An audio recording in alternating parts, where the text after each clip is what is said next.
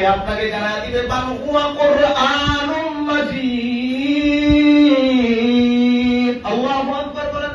কোরআন তো কন্দন্তহীন কণ্ঠে বলবে বাল হুয়া কুরআনুম মাজিদ।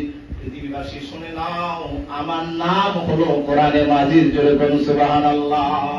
তাহলে পৃথিবীর ভিতরে এমন একটা ধর্মীয় গ্রন্থ আছে, এই ধর্মীয় গ্রন্থ নিজেই নিজের নাম প্রকাশ করে দেয়, নিজেই নিজের নাম বলে দেয়, বাল হুয়া কুরআনুম মাজিদ। পৃথিবীবাসী মানুষ ভালো করে শোনো, আমার নাম হলো কোরআনে মাজিদ। জোরে বলুন সুবহানাল্লাহ। এবার যদি আমি আপনাকে কোরআনে কারীমকে জিজ্ঞেস করি, কোরআনে কারীম তোমার বাড়ি কোথায়, তুমি কোথায় থেকে এসেছো, কোরআনে কারীম তার জবাব দিবে, কোরআনে কারীম দত্তহীন কণ্ঠে সুস্পষ্ট ভাবে বলে দিবে, ফি লাহুফিম মাহফুজ।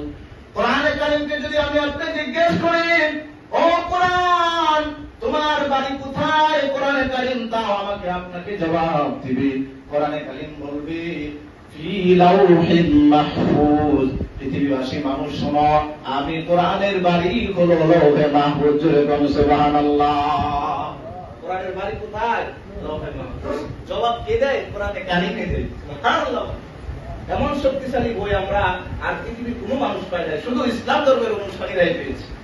শুধু তাই নয়, এবার কোরআনে কারীমকে যদি আমরা জিজ্ঞেস করি, তোমার নাম কোরআনে মাজিদ বুঝলাম, তোমার বাড়ি লৌহে মাহফুজ তাও বুঝলাম, এ কোরআন এবার বলো তুমি কেন এই জমিনে আসছো, কি কাজ তোমার, উদ্দেশ্য নিয়ে আসছো না উদ্দেশ্য নিয়ে আসো নাই, এমনিতে আসছো না, কোন তোমার মিশন আছে? মিশন আছে। এই মিশনটা আমাদের কি কি জানাইবাম, তাও কোরআনে আমাদের এই প্রশ্নের উত্তরে জবাব দিয়ে দেয়। যেরকম সুবহানাল্লাহ। কোরআন তখন বলবে, পৃথিবীবাসী মানুষ তোমরা শোনো, আমাকে আল্লাহ তাআলা এমনিতেই নাযিল করে নাই, আমি এই দুনিয়াতে আসার উদ্দেশ্য হলো হুদাল লিন্নাস, বিশ্বজাহানের সমস্ত মানুষের জন্য আমি কোরআনকে আল্লাহ তাআলা নাযিল করেছেন। যেরকম সুবহানাল্লাহ।